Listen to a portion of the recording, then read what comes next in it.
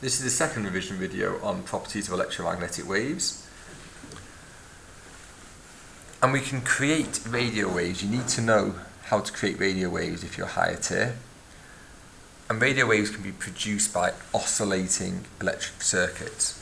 So for example, if we've got a power supply that's generating an alternating current, that alternating current will produce radio waves, and those radio waves can be transmitted, and those radio waves will be at the same frequency as the alternating current. So if it's a main supply alternating current would be 50 Hz, so the frequency of the radio waves would be 50 Hz. So we can use electric current to create radio waves. But what about the other way around? What if something detects radio waves? What if a conductor detects those radio waves? What happens there? It creates a current. So this is what happened in car aerials or radio aerials. So that's an aerial of a car. In comes the radio wave, transverse wave, and that is absorbed. That is absorbed, and it creates an electric current.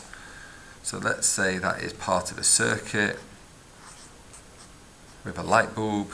That's going to create alternating current, again at the same frequency. Alternating current, that's going to make the light bulb turn on. So we can create alternating current from radio waves.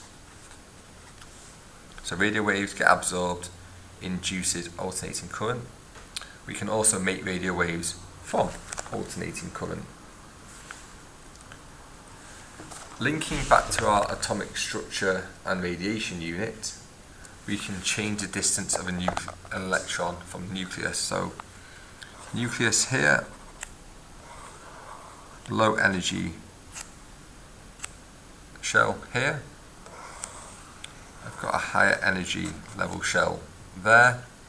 If we want to get that electron to go further away from the nucleus, it needs to absorb electromagnetic radiation. Electromagnetic radiation comes in, the electron gains energy, goes to a higher energy level shell. That's if it's absorbed electromagnetic radiation. But what can also happen is the opposite can happen. If the electron is already at a high energy level, it can drop down, it can go to a lower energy level, it can go closer to the nucleus by emitting electromagnetic radiation. And this is what's happening in things like streetlights.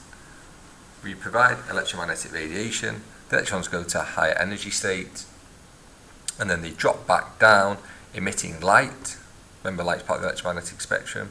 So this is how electronic streetlights work.